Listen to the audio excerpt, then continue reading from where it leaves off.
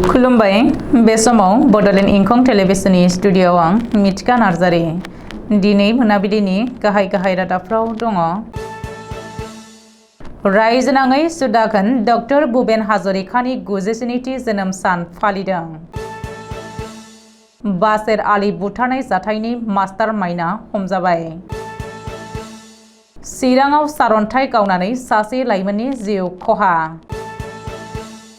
चिरांनि नांगलफाङा दैमायाव सासे लाइमोननि गोथै सह बोखांदों।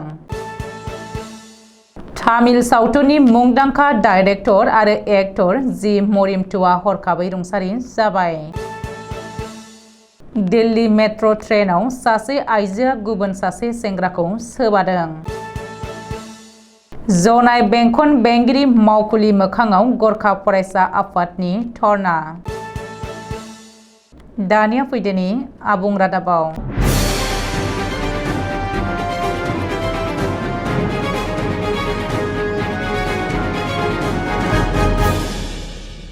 दिनै भारत रत्न सुदागोन डक्टर भुपेन हाजरिकानि 97थि जोनोम सान।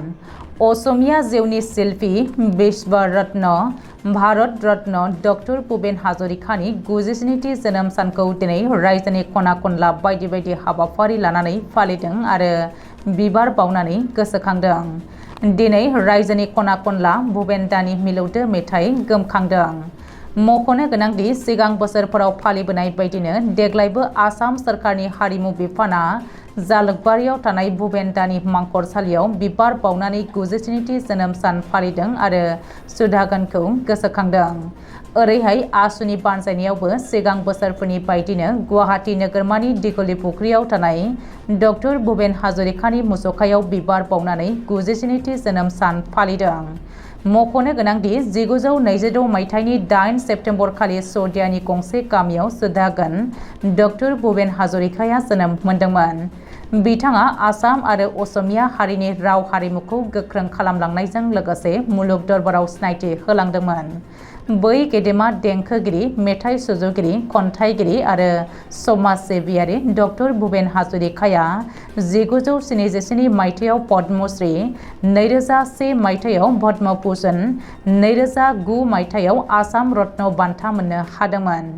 बेनि उनाव मिरु सोरखारा 2012 मायथाइयाव भारत हादरनि नैथि जौसिन सिभिलियान बान्था पद्म भूषण आरो 2019 मायथाइयाव हादरनि जौसिन सिभिलियान बान्था भारत रत्न बान्थाजों सुदागोन डक्टर भुपेन हाजरिकाखौ मान बावो। धुबुरी जिल्लानि बिलासिपारायाव बासेर आलि मुंनि सासे फालांगिरिखौ बुथारनाय जाथायनि गाहाय दायनिगिरि एबा मास्टार माइन्डआ हमजाबाय। बासेर आलि बुथारनाय जाथायनि मास्टार माइन्ड आकिरुल इस्लामखौ दिनै हरनि 2 रिंगासोआव पुलिसआ होसो हमदों। आकिरुल इस्लामनि न'आ बिलासिपारानि बागमारियाव होननानै मिथिनो हादों।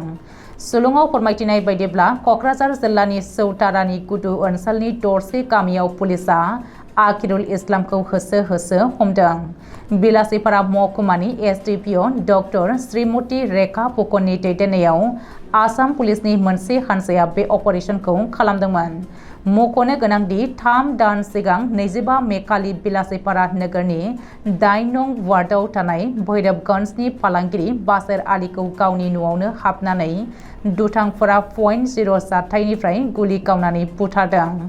ओरैहाय मा जाहोननि थाखाय फालांगिरि बासेर आलिखौ बेबायदि खास्रि बिस्रि गावथारखो बेनि जाहोना दासिमबो सोराङाव फैयाखै।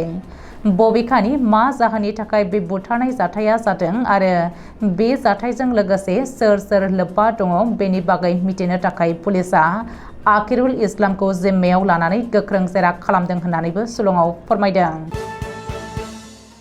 चिरां जिल्लायाव सारअन्थाइ गावनानै सासे लाइमोननि जिउ गोमानाय जाथाया सोराङाव फैदों।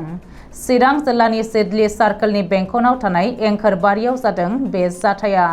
मिथिनो हानाय बायदिब्ला बृहस्पतिबार खालि हराव अखा हानायजों लोगोसे सारअन्थाइ गावनायाव 20 बोसोर बैसोनि बिजय मादुआ एबा फेतला मुंनि लाइमोना जिउ गोमादों।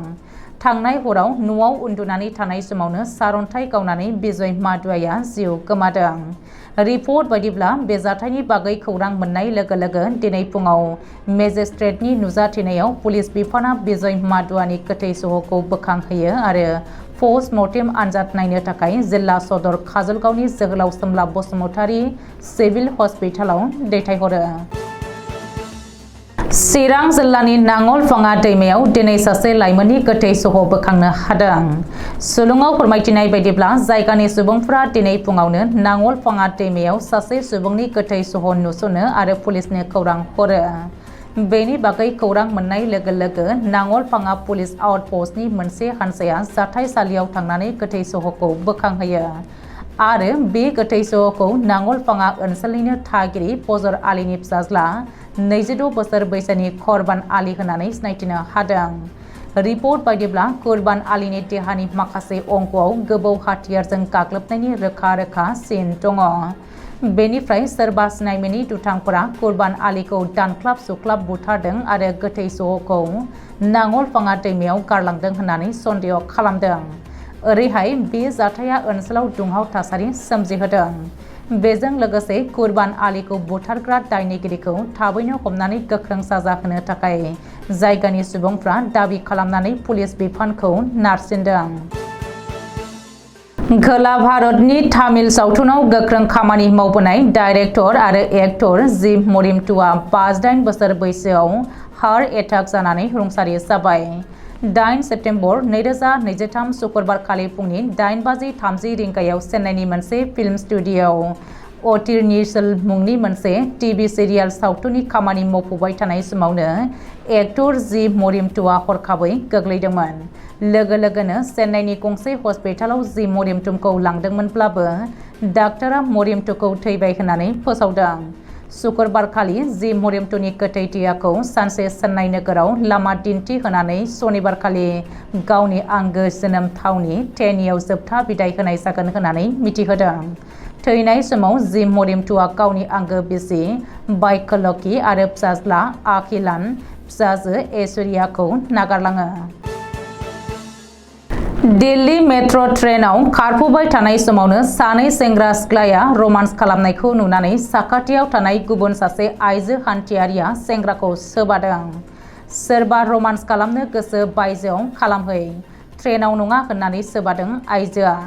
बेनि उनाव सेंग्राजों लोगोसे थानाय रमान्स खालामग्रा आइजोआ नोंहा मानो सोबानो मोननांगौ होननानै आइजोनि सायाव गाग्लोबफिनदों। सानैबो आइजोआ सासेया गुबुन सासेनि खानायखौ हमनानै बोलायनाय एबा गुड्डा गुड्डि नांलायनायखौ नुनो मोन्दों बृहस्पतिबारखालि। अदेबानि उननि समाव आइजो जिआरपिआ फैनानै थासारिखौ काबुआव लाबोफिननो हादों। धेमाजि जिल्ला गरखा फरायसा आफादनि बानजायनायाव रायजो राजाफोरनि हेफाजाबाव दिनै जनाय बेंखन बेंगिरि मावखुलि मोखाङाव धरना एबा होसिख्रावनाय हाबाफारि लायो। मख'नो गोनांदि थांनाय साननैसो सिगां मिशन बसुन्धरा 2.0 सिङाव जनाय सार्कोल अफिसारआ नेपालि माहारिनि सुबुंफोरखौ हानि मोनथाय गैया होननायखौ लानानै थांनाय साननैसो सिगां जनाय सार्कोल अफिसारखौ निमाहा बिनांगौ होननानै खौरां मेलनि गेजेरजों बुंथिदोंमोनब्लाबो मानिनानै लायाखै। दिनै जनाय जिल्ला बेंगिरि मावखुलि मोखाङाव गिदिरथार होसिख्रावनाय हाबाफारि लायो।